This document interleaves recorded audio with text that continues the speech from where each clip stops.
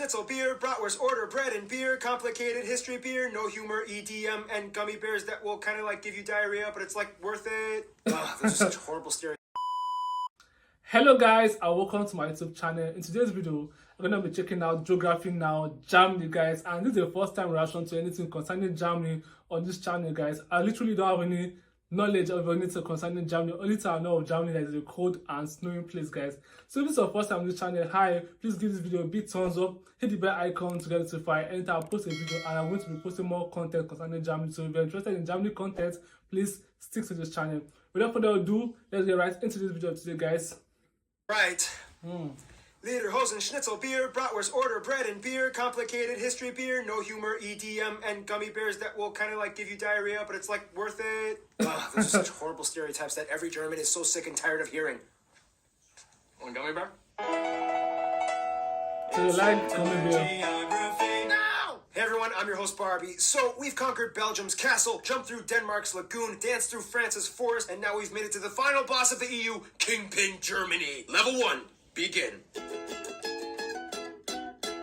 Ah, you know why I'm smiling. Yep, Germany has a lot of territorial anomalies. We'll get into that in a little bit, but first, Germany is located in central Western Europe, bordered by 9 other countries. Don't forget little Luxembourg, with small coasts on the North and Baltic Seas, which they own about 50 small islands. Now, Germany, like the US, is a federal republic which has 16 smaller states, or Bundeslande, each with its own constitution, 3 of which are cities, the capital Berlin, Hamburg, and Bremen, which is actually kind of like 2 cities, including Bremerhaven on the coast, but they kind of act like one entity. Fun side note, Lower Saxony is actually geographically situated further north than regular Saxony. Now let's jump into the fun stuff. Now we already discussed the Jungholz Quadrupoint and the Vennbahn railway enclaves with Belgium and Austria. However, there's a few more. The entire town of Busingen am Hochrhein is surrounded by Switzerland, whereas part of the Konstanz is cut off by the Rhine River and surrounded by Switzerland. However, immediately across the river, a small patch of empty land on the German side actually belongs to Switzerland. Finally, they split the island of Usedom with Poland in the north. Germany is interesting because every state in the country has its own distinct culture, dialect, history, food, traditions. I mean, Bavarians will be quite drastically different from Schleswig-Holsteiners. Okay, that actually sounds familiar because I'm Nigerian and every state literally have their own culture. And we're Nigerians, but we sound different. Like, if somebody from the north should speak, like, you literally know, like, this person is from the north. Like, if somebody from the south should speak, you literally know, like, the way we pronounce things is actually very, very different. So him saying everybody have their own culture, I can actually relate to that. Roman will be different from Saarland. This all has to do with ancient and recent history. Basically, in the quickest way I can summarize this, Germanic tribes, Roman wars, Charlemagne, 3 kingdoms, this guy marries an Italian, creating a whole new mess called the Holy Roman Empire, made up of 300 smaller separate kingdoms, states, and dukedoms, which had nothing to do with Romans. Teutonic Knights, Brandenburgs became Prussia, Habsburgs became Austrians, Lithuanians and Poles made... Did they actually speak the same language all across the whole of Germany, or they have different language? Or did they even speak English? I don't even know. Thing, whereas the Hungarians joined the Austrians. Wars, battles, Napoleon comes over and messes everything up, and finally German nationalism surges, and in 1871 Otto von Bismarck creates the first proto-German unified state. And then they're all like, oh dang, we came late to this game, we gotta scramble for some colonies, and that's how all of these countries at one point spoke German. Oh, and also keep in mind, like 300 years before this, a German banking company obtained colonial rights to Venezuela for like 20 years. They were looking for the lost city of El Dorado. So technically, you can kind of say Germans colonized the Americas, but it wasn't like a national conquest thing. Fast forward even more, and then you get World War I, the monarchy ends, Treaty of Versailles, they lose land, Nazis come in, World War II, Germany splits in 2 for about 40 years, and then finally, we get the Germany we have today. East Germany, consisting of these states, is today still quite different from the rest of Germany as it was first occupied and influenced by the Soviet Union. They are generally not as well off economically as the rest of the country, as you can still see the blocky Soviet-style buildings sprawled throughout the regions. In fact, the city of Berlin was split in half, and the west side was actually an enclave of West Germany, only accessible by train and highway. You can even see from a satellite image the divide. East Berlin still uses the yellowish tinted sulfur vapor light bulbs, whereas the west still uses fluorescent and mercury arc white tinted light bulbs. Now the funny thing is, although Berlin is the largest city in Germany, the busiest airports are actually Frankfurt, Munich, Dusseldorf, with Berlin Tegel ranking at number 4. Otherwise, some top notable landmarks and spots would be the Brandenburg Gate, the Valhalla, Cologne Cathedral, the Ulminster... Like, I just feel like I need to breathe in, like, the information is too much to process. Like, I'm feeling like my head is getting cloudy. Like, okay, let's continue. Church, the tallest in the world, the Berlin Victory Column, and hundreds of castles all over. The most notable one probably being Neuschwanstein, the concept behind Disney's Cinderella Castle. Germany also has over 400 zoos, more than any other country in the world. And of course, everybody knows about the Autobahn, the highway system in which if you see this sign, it means there's no speed limit. And it's like that for a huge portion of the roadway. And no wonder, considering how vast and wide those cultivated countrysides can get. Time for level 2. Okay, think of it this way. In Germany, the more down you go, the more up you move. Basically, Germany lies on the Atlantic shelf in the north that starts with the mudflats in the North Sea. Seriously, this island right here is accessible only for a few hours by foot until the tide comes in. Actually, this is like reverse of my country. Like Nigeria, the more southward you go, the more lower you get. When you're moving upward, the more higher you get. Like that's how it is. So this like is a reverse. Then everything just kind of creeps up into the Alps in the south by Bavaria and Baden-Württemberg, with the highest mountain, Zugspitze, located right along the border with Austria. Kind of like France, Germany is filled with a vast irrigating network of rivers like the Spree, Elbe, Weser, Rhine, and of course, the mighty Danube that starts here. About a third of the land is arable and another third is woodland, and after a millennia of civilization, Germans have cultivated the crap out of their country. Most agriculture, of course, happens in the North Flat Plains and the central regions of the country, which is, by the way, kind of like Europe's Tornado Alley. Due to its position sandwiched between the Arctic blasts of Scandinavia and the moist, warm jet streams of the Mediterranean below, Germany can be an atmospheric war zone in the summer. There are more tornadoes on average in Germany than any other country in Europe. Speaking of flat farmland, Germany is the world's largest rye and hop producer. Germans abso-freaking-lutely love their bread. There are over 300 different kinds of bread in the country, more types than any other country in the world, and almost every meal incorporates some kind of slice or small bun or Brötchen of bread. Hast du gluten-free? Nein! Germans are heavy meat eaters, specifically in pork. They basically know every possible way to cook a pig. Over 50 different types of sausage exist alongside schnitzels, rouladen, sauerbraten, Schweinsachse, and at a big party you might find Spanferkel. Beer reigns supreme all over as the third largest consumers of beer after the Czech Republic. Even their president has no problem with public intoxication. And Austria. Germany is world renowned for their beer, which by the way follows the Reinheitsgebot rule in which they are only allowed to use water, hops, malt, and sometimes yeast. Nonetheless, about 1,300 breweries exist, pumping out over 5,000 brands. The oldest continuously existing brewery in the world, started in AD, can be found here. Germany takes the environment very seriously and for the past 2 decades has been going on a major green revolution. As of today, they have the largest installed solar power capacity, and green infrastructure practices like home installed turbines and solar panels have seen a huge surgence in the past 10 years. Forests dominate the southern regions where the landscape gets hillier and mountainous, the most famous one being the Black Forest or the Schwarzwald in Baden-Württemberg. Deer, bears, boar, foxes, badgers, and the national animal, the eagle, can be found thriving in these parts. Nonetheless, economically, Germany is known mostly for their exceptional engineering and industry production. Companies we've all heard of like Volkswagen, BMW, Mercedes-Benz, Porsche, Audi, Telecom, Nivea, DHL, Bosch, Adidas, Puma, Adidas, Puma! Yeah, it's kind of like the whole Biscoito Bolacha thing from Brazil. Remember? Well, we have mudflats, tornadoes, pork, beer, mountains. All that's missing is people. Level 3.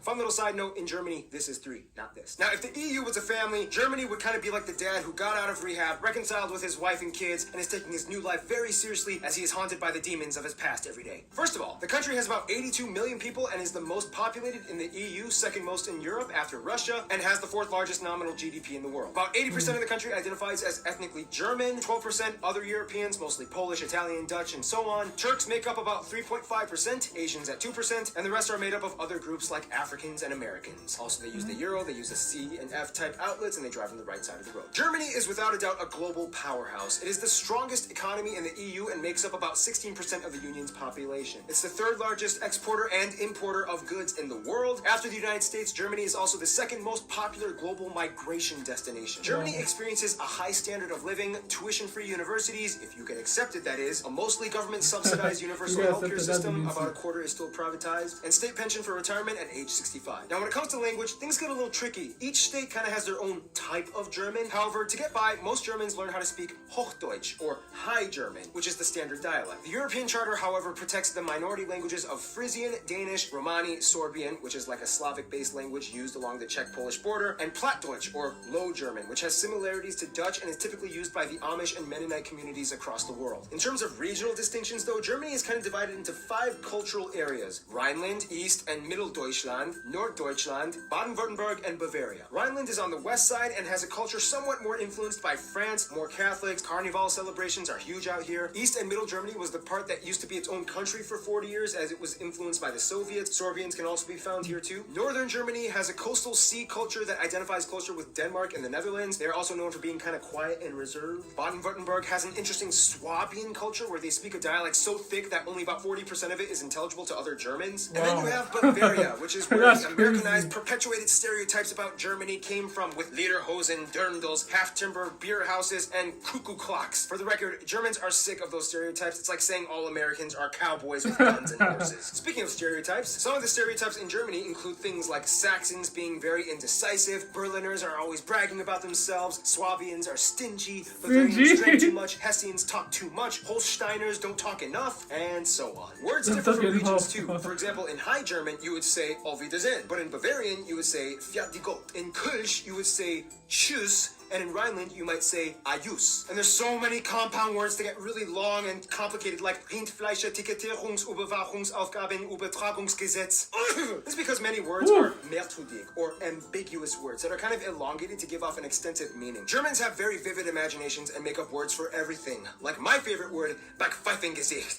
Not this time. By the way, for the record, this letter makes a double S sound. However, spelling reformers have tried to decrease the usage of this letter in recent years, which has led to some protests. Germans also love dubbing everything from foreign media into German. Some like this, some don't, but either way, it's here to stay. About 60% of the country identifies, at least nominally, as Christians, split between Protestants and Catholics. Germany was even the birthplace of the Protestant Reformation, split from the Catholic Church by Martin Luther. Otherwise, the rest are mostly agnostic or irreligious, with a noticeable community of Muslims, mostly from the huge Turkish and Middle Eastern communities, at about 5%, as well as a few Jews, Buddhists, and Hindus rounding up the remainder 1%. To kind of get a feel of what it's like to be German, you kind of have to understand where they've come from. After World War II, they kind of had a lot of work to do. However, it wasn't until the mid-50s and early 60s that the Wirtschaftswunder, or economic wonder, happened, to which almost everybody got to work. Basically, this guy envisioned and implemented a social market economy combined with free market capitalism alongside socialist policies that established fair competition in a welfare state. GDP increased by 80%, investments by 120%, labor forces were utilized to the maximum. Things started to get better. In Germany, all children are corralled into general public schools until age 10, when they are given the option to enroll in 3 different types of middle schools. Gymnasium, geared towards focusing on higher linguistic, mathematic, and science fields for universities. Realschule, a middle ground type of school. And Hauptschule, a school that is geared towards helping kids that seem to show promise in specific vocation or trades. Germany also has the largest music market in the EU and the 3rd in the world after the US and Japan. They love preserving their heritage and culture through music and art. In fact, there are around 130 national orchestras, mostly supported by public money, and artists get a 50% reduction in health insurance through a special type of offer in the legal system. One thing that still kind of supposedly maintains itself in Germany is the mindset of Vergangenheitsverwaltung. Totally butchered that, which kind of translates to a lingering sense of guilt from the past. Germans have reportedly some of the lowest levels of national pride, and unless if you're at a soccer game, chances are you will almost never see anyone holding a German flag or waving it in any kind of like patriotic setting. It's weird, but it's kind of how things are. You monster. They've made great strides to move on from the past. Nazi flags and Mein Kampf are incredibly illegal items to own in Germany, and they even have a rule, the Volksverhetzung, which basically says you cannot talk trash by denying the past atrocities. Some people say this infringes on free speech, others say it's good because it solidifies truth. Otherwise, some notable Germans throughout history include Charlemagne, although he was a Frank, but I guess it kind of counts. Albrecht, Dürer, David Friedrich, Gutenberg, Bach, Beethoven, Karl Benz, Albert Einstein, although Americans would like to claim that he moved to the US and became an American. Johannes Kepler, Johann Wolfgang von Goethe, Friedrich Schiller, Michael Schumacher, Alex von Humboldt, and of course Karl Marx and Friedrich Engels co-founded Marxism. But one thing Germans do best would have to be diplomacy. To this day, the German passport holds the most visa-free nations out of any other country in the world, just beating Sweden. Therefore, you can kind of conclude that Germany kind of knows how to relate to people. Let's find out how in the final round, level 4.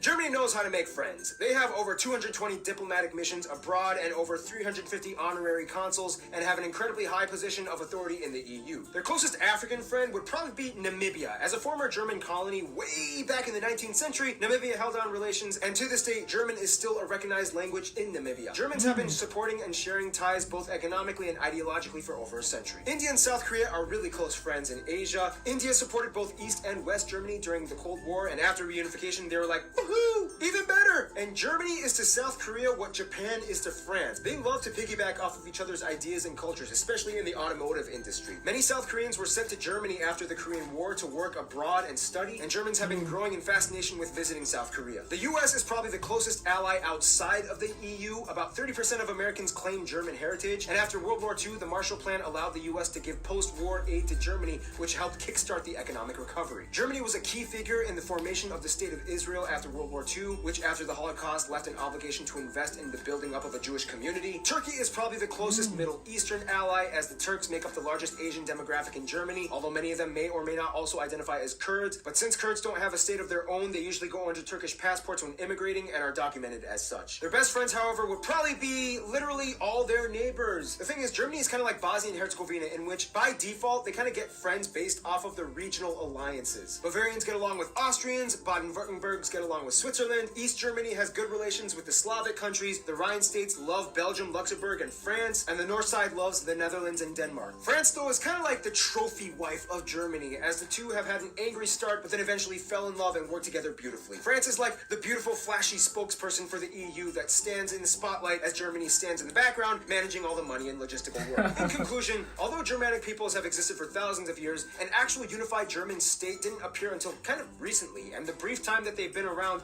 they've kind of gone through some of the most intense, world-revolutionizing historical events possibly imagined. Yet, they've come out working hard and building their way up to become a world superpower. You gotta give it to them. There's something about the Germans. And with that, final boss level complete. Stay tuned. Another African state Germany has ties to, Ghana, is coming up next. It spoke so fast, and like you really have to like keep your ear down to like assimilate everything I was trying to pass across with this video. Like I can't actually blame you, because Germany is actually a very big country with a lot of cultures and a lot of history. Like if you want to like take his time to explain everything like in-depthly, like come on guys, this video will be like 30 minutes long. So actually it was like was actually very fast, but like if you get to listen, if you take your time to listen to what he's saying, like it actually makes a lot of sense and it's really educative, guys. And this video like is a video like I feel most people should watch, because like I noticed most people don't have anything like any idea about Germany. Like you say USA, like everybody knows a lot about USA, South Korea, like all these big famous countries. And Germany is actually a very big country, like the economic system is very good. So I feel most people should know at least one or two things about Germany. That's the main reason of making this video, guys, and to educate myself as well, because I'm part of that group, guys. Like I literally have no knowledge about Germany. Like this is the first time stumbling upon anything educative about Germany, and I'm really impressed by this video. Like I mean, right now, like coming to see a lot of this. I know the economic system is very good, but like the diversity of the cultures, like the ones that are so quiet, the ones that talk a lot, the one that are stingy, and the language barrier, like I don't know if it's a barrier, but like the language differences in between them, like it's so amazing to see, guys. And the fact that they have other immigrants in it, like Turkey, they have some blacks, I was thinking that's all white country, like everybody's white, like it's just Germans that's in the country, like guys, like this video is like really an eye-opener to me. And from today onwards, I will not like just conclude on the country like with my own stereotype I have about them. Like from now on, I'll like do a little bit research before I like hit a conclusion about your country, guys. And this video is actually very nice to watch. Please can also share to your friends to educate more people that like me that have no understanding about Germany, guys. Thank you for watching. If you like this Perspectives TV, please give this video a big thumbs up. Hit the bell icon to get notified anytime I post a new video, guys. And please support this community by subscribing to it, guys. Thank you for watching my video, and I hope to see you guys at my next video. Bye bye.